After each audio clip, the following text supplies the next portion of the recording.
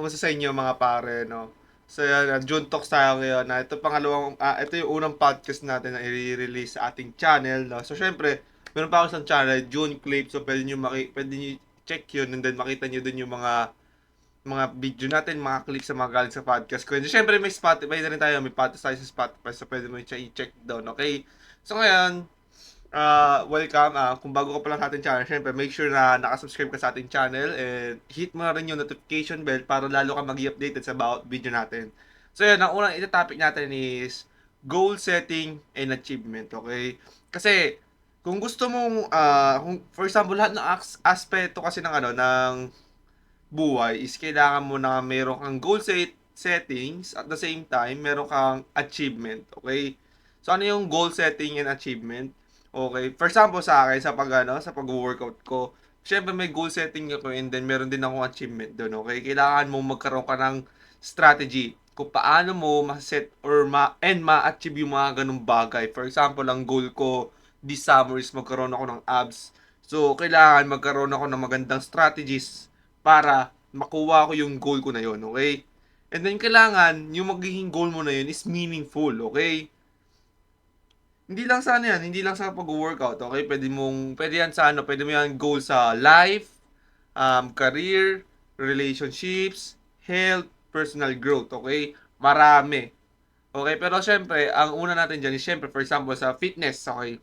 Paano ba ako mag-set ng realistic expectation, goals, and achievements sa isang fitness? Okay, unang-unang gagawin mo is kailangan is kuha ka ng isang papel and then punta ka sa phone mo or sa PC mo. And unang-una, gusto ko pumikit ka and gusto ko i-imagine mo yung isang katawan na dream physique mo na nai-imagine mo na ikaw yun. Okay? Kasi kung hindi mo, unang-una, kung hindi mo siya nai-imagine, ay guarantee sa inyo mga pare, hindi nyo makukuha yung goal na yun. Okay? Kailangan, for example, ang goal ko is makuha yung physique na to. Okay? Kailangan kong pumikit. And then, inhale and exhale. And then, isipin ko na, okay, within this year, makukuha ko to. Okay? After 2 years, makukuha ko to. Okay, wag naman kayo mag-set ng goal na, okay, after 3 months, kuha ko itong physique na to. Kailangan mga pare, is realistic yung gusto mong goal o ma-achieve. Okay? For example, from 60 kg, gusto kong ma-achieve from 3 months is maging 70 kg ako. Okay, yun. Realistic pa yun. Okay? Sobrang halaga kasi mga pare na maging realistic yung expectation mo kasi once na mali yung or once hindi realistic yung expectation mo, diyan magsisimula na okay, mawalan ka ng tiwala sa sarili mo, mag-doubt ka. Okay? For example, within 3 months gusto ko maging bodybuilder. Yung katawan na pang bodybuilding. Which is hindi naman taga mangyayari yan. Unless na nag-take ka ng gear or yung mga pinagbabawal na gamot. Which is hindi maganda yon. And kahit ako, hindi ko siya recommendable. Okay? Wag nyo nga hawakan yung mga ganung bagay. Okay? Wag na wag. 'Di ba? Kasi kaya nyo maging magandang pisik kahit natural kayo. Okay? Hindi nyo kailangan gumamit ng mga ganun. Okay? Stay away para sa mga ganun. Okay? And plus, para magkaroon ka ng goal setting and achievement, kailangan consistent ka. Okay? Longevity is the key. Consistent is the key. Consistency is the key, okay mga pare dito. Kasi, pag wala kang consistency, guarantee sa inyo mga pare, lahat ng plano mo, bali wala, kahit na-imagine mo yung physique na gusto mong makuha is hindi mo makukuha yan kasi wala kang consistency, okay? Okay? So, next naman, okay? Gusto ko, pumunta ka sa notes mo, papel mo, or kung saan man na gusto mong i-note sa kaya mo dalhin sa gym. And gusto ko, isulat mo dun yung mga workout. Okay? Mga workout mo. And syempre, nga pala, kung if ever na nalilito ka or wala ka pang idea about sa mga workout ko na pwedeng gawin yung workout, i-check mo lang yung link natin sa YouTube or search nyo lang yung kapilador.com, okay? Okay, if ever na wala, gusto kong kumuha ka ng papel, isulat mo doon, And then gusto ko magkaroon ka doon ng track, matrack mo yung bawat binubuhat mo. Sobrang importante ng mga pare. Okay, nagkamali rin ako dyan dati na okay, nanghuhula ako. For example, 20. Paulit-ulit ako, 20 lang ng 20k dyan binubuhat ko kasi hindi ko tinatrack. Nakakalimutan ko. Okay? Kaya sobrang halaga mag-track ka, magsulat ka. Okay? Kailangan, after ng set mo, hindi ka lang nakaupo dyan, scroll sa social media. Kailangan, ginagawa mo sa phone mo or kung saan man tinatrack mo, is tinatrack mo. Okay? For example, 25, 25, okay, after 2 weeks, or after 1 week, kailangan, makapag-increase na agad ako ng weights. Sobrang halaga nun. 'Di ba? And next naman is, syempre, rest. Sobrang halaga mga pare na magkaroon ka ng rest, okay? Kasi pag wala kang rest, may hirapan ka ma-achieve yung dream physique mo. Okay, and then okay, yun yung mga strategy na pwede mong gawin. Magsulat ka ng mga, i-track mo yung ano mo, yung mga workout mo, yung bigat, progressive overload, and then, syempre, kailangan na i-imagine mo yung physique mo na ikaw yun, na actual na ikaw yun talaga. For example, yung physique na nakita mo nakangiti, kailangan na-imagine mo yung sarili mo na nakangiti ka. Okay? Sobrang halaga nun. Listen natin tayo. Okay, sobrang halaga ng mga pare.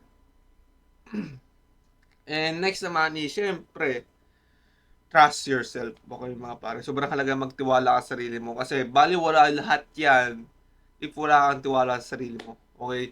Sobrang halaga magkaroon ng tiwala sa sarili. Kasi, isipin mo yun kahit gaano ka nag-workout, actually nga, hindi ka makapag magiging consistent dyan eh.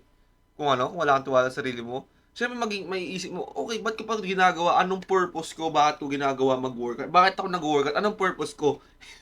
Wala naman eh. Di ba? So, yun ang mahalaga rin mga paris, magtiwala ka sa sarili mo. Okay? And next naman is, okay, sa fitness, tapos tayo. Punta naman tayo sa career, okay? Paano ba magkaroon o paano ba yung strategy yung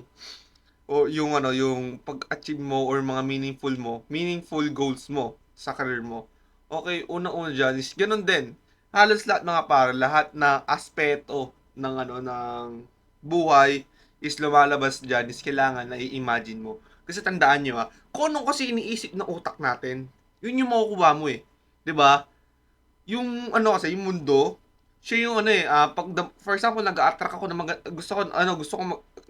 nag-a-attract ako na maging successful ako. Yung mundo, siya yung gumagalaw para maging successful ka. Pero syempre, kailangan mo nang sabayan ng action. Okay, bale wala yung pag-iisip na okay, magiging successful ako, okay.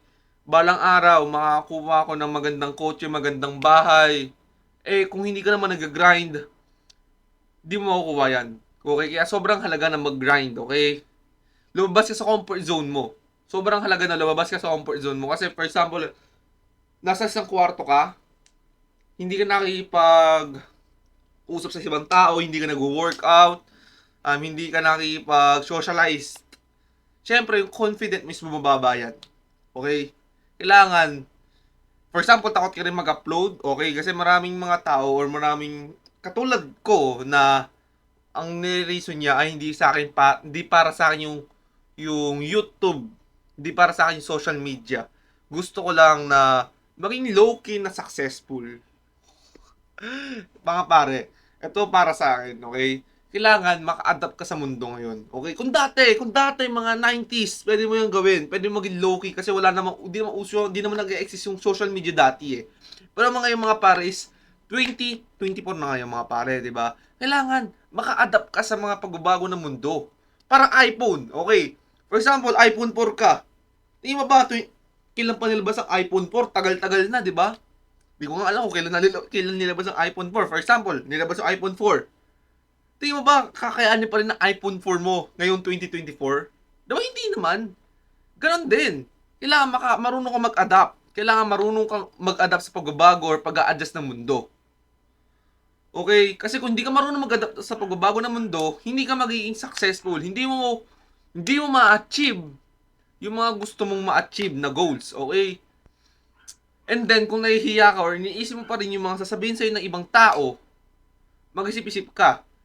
'Di ba? Bakit ka mahihiya sa sasabihin ng ibang tao kung kapalit naman nito yung pagiging successful mo? Okay? Maraming tao mambabash sa'yo, maraming tao, ganyan, ano ba ginagagawa niya sa buhay niya? Para siyang ewan, para siyang baliw, nagre-record, nagsasalita sa social media. Siya nambabash, comment. Pangit ng content mo. Mukha kang ewan. Nakakatawa ka. Walang kwenta content mo. Ikaw, consistent ka. After 3 years, milyonaryo ka na. Yun nambabash sa'yo. Ano status niya ngayon? Nambabash pa rin sa social media. Nambabash pa rin na pangit ng content mo, ganito, pero wala siyang pera. 'Di ba? Ikaw, milyonaryo ka na. Yung partner mo, yung pamilya mo, mga kapatid mo, nadadala mo sa ibang lugar. Yun naman ba sa'yo? Nakahiga sa kama, nang babash pa rin. 'Di ba? Tingin mo, sino panalo sa dalawa? Siyempre, yung nag-grind. Gets niyo ba? Anong gagawin ng ng babash na yun ano magagawa niya binabash ka lang naman niya. 'Di ba? Bash lang naman ang kaya niyang gawin. Pero kaya niya ba gawin yung ginagawa mo? Hindi. Tandaan niyo mga pare ang mga taong ganun, takot din sa sarili nilang multo. Okay? Takot din sila mabash, takot din sila ma-judge. Kaya ang ginagawa nila, nang-judge na lang sila ng ibang tao. Okay? Feel siguro nila, na-validate sila. Feel siguro nila, pag may nag-like ng comment nila, or may tumawa rin sa nag-comment nila, feel nila, ay ako ang cool dito, ako ang batas dito, ako ang pinakastig dito. Hindi mga pare. Mukha ka lang ewan. 'Di ba? Kaya mga pare, sobrang halaga na wala kang pakisasabihin ng ibang tao. 'Di ba? Sobrang importante lalo sa ngayong panahon. Okay? Sabi nga ni Gary V, attention is the new asset, mga pare. Okay? New asset natin is yung attention. The more na may attention ka, the more na marami kang, the more na ma-achieve mo yung mga goals mo. Okay? Kaya sobrang halaga mga pare na habang bata pa kayo, habang wala pa kayong mga wala pa kayong commitment, nag-aaral pa kayo, is simulan nyo na yung social media. Kasi social media, longevity lang yung mga pare. Hindi, kasi karaniwan ang ginagawa ng mga tao. Kahit ako, aminado ako. Nakala ko, unang upload ko, edit ka pa, naalala ko, unang upload ko, balikan nyo, Minecraft pa nga yun Balikan nyo lang. Pinag-editan ko siya. Okay, nakipag-collab ako sa schoolmate ko do dati. Nakipag-collab ako, and then Minecraft nilalaro namin. Pauwi ako na sa tricycle ako, in-edit ko. Parang fulfilling yung pakiramdam, fulfilling. Way back 2016 pa yata, 2015, 2017, hindi na nagkakamali, parang 2016 siguro yun. Okay, scroll lang ako, edit. Bug. Sa mga yan Ngayon kasi di ko sure kung meron pang power director. Pero doon pa ako nag-edit. Edit ako, nasa tricycle na pauwi. Ang uwi ko, gawa ko kung di nga yata ako gumawa ng thumbnail nyo, pero edit ko nun. Basta nag-inedit ko siya After nun, pag-upload ko, kala ko magbo-boom siya ng 1,000 views, 2,000 views, and hindi siya nag-boom. Diba? At least, ako, tinuloy ko pa rin. Diba? Tinuloy ko pa rin yung pangarap ko na maging YouTuber. Okay? Maging influencer. Okay? Tinuloy ko pa rin siya. Nag-upload pa rin ako. Puro gaming ako noon. Kung ano matrip kong i-upload ko. And one time, Minecraft din siya. May nag-boom sa akin. Train to Busan. Kasi kata ng Train to Busan yun. And then, recreate namin ng schoolmate ko. Nag-boom siya. Naging 14,000 views siya, kung hindi ako nagkakamali. 14,000 to or 13,000 is either sa dalawa. And yun, dun ko nakuha yung 2,000 subscriber ko. And then, ang nangyari sa akin ngayon is, syempre, nag-relax ako. Sabi ko, ay, okay, tuloy-tuloy na to Kasi kada upload ko, nagwa 1,000 views, 2,000 views, 3,000 views. Sa YouTube natin, ang kailangan mo ma-achieve is kailangan may 4,000 watch hours ka. So sabi ko, ay madali na lang to, okay, kahit hindi na ako mag-upload. Isang taon ako hindi nag-upload nun. So yung mga subscriber ko ngayon, wala na. Okay? Binalik ko yung pag-upload ko, pero hindi na talaga siya nagbo-boom, mababa na talaga yung watch hours ko. So which is yun yung naging mali ko. Okay? Momentum is the key dito mga pare, para magkaroon ka ng para ma-achieve mo yung mga meaningful goals mo sa buhay mo. Momentum is the key. Pag may nakita kang momentum, ituloy-tuloy mo yan. Kahit ayaw mo, gawin mo pa rin. Kahit hindi gusto ng katawan mo bumangon sa umaga, gagawin mo pa rin siya. Kahit ayaw mo ng katawan mo, ay, parang tinatamad ako, anong oras pa lang, gagawin mo pa rin siya. Tatayo ka pa rin para mag-record, para mag-upload, para mag-edit. Okay? Huwag niyong gawin yung dati kong ginawang mali. Na nag-relax ako ng 1 year. Kasi, ina-expect ko na, pag bumalik ako sa YouTube, meron pa babalikan mga subscribers ko. Eh, wala na eh. Lahat ng views ko, wala na. Okay? So, yun.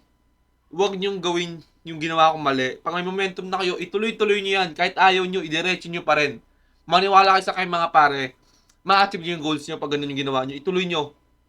Huwag niyo intindihin sa sabihin ng iba. Ituloy niyo. Okay? Kahit sa mga pare, kahit sa mga relationships, sa health, personal growth, kung gusto niyo may ma-achieve na goal, kailangan consistency is the key, okay? And kailangan longevity is the key rin. Na-imagine mo na ginagawa mo siya ngayon. For example, sa relationship niyo, na-imagine mo yung partner mo, kasama mo siya yung papakasalan mo. Siya yung makakasama mo hanggang dulo. Dapat ganun. Na-imagine mo, okay, balang araw, pagkakuha ko ng fitness goal ko, career goals ko, next yung relationship goal ko, na-imagine ko, isang babae, papakasalan ko. Dapat ganun. Okay, dapat na-imagine mo. Kasi pag hindi mo na-imagine, mahihirapan ka. Okay? Okay. And, plus, tandaan nyo mga pare kailangan consistent. Okay? For example, naging kayo ng partner mo, kailangan kahit kayo ng partner mo, nililigawan mo pa rin siya. Dapat ganun pa rin yung pag-treat mo sa partner mo. Okay? Kailangan nililigawan mo pa rin siya. Hindi yung, okay, partner ko na yan, bahala ka na dyan sa buhay. Hindi ganun, mali yun. Kailangan, tinitreat mo pa rin siya as nililigawan. Okay? And sa health, longevity and consistency lang na hindi ka pagkain na maraming sugar. Okay lang kumain ng sugar. Okay lang kumain ng sugar, pero sabi mong isang linggo, puro asukal. Nako mga pa, delikado ko niyan. 'Di ba? Sa personal growth din, consistency, pagbabasa ng mga self-development na libro, panonood ng mga self-develop na video, katulad ng video ko. 'Di ba? So, yun. So, yun lang. Maraming salamat sa panonood. And ito pa lang yung una natin podcast, no? So, maraming salamat. And then, kung bago wala sa ating channel, siyempre, subscribe mo na yan. And then, may Spotify tayo dyan. And then, meron tayo isang clip. Meron tayo isang YouTube clip na YouTube, June clips siya, kung hindi ako kakamali. And then, siyempre, may TikTok din tayo. And let's go. Subscribe.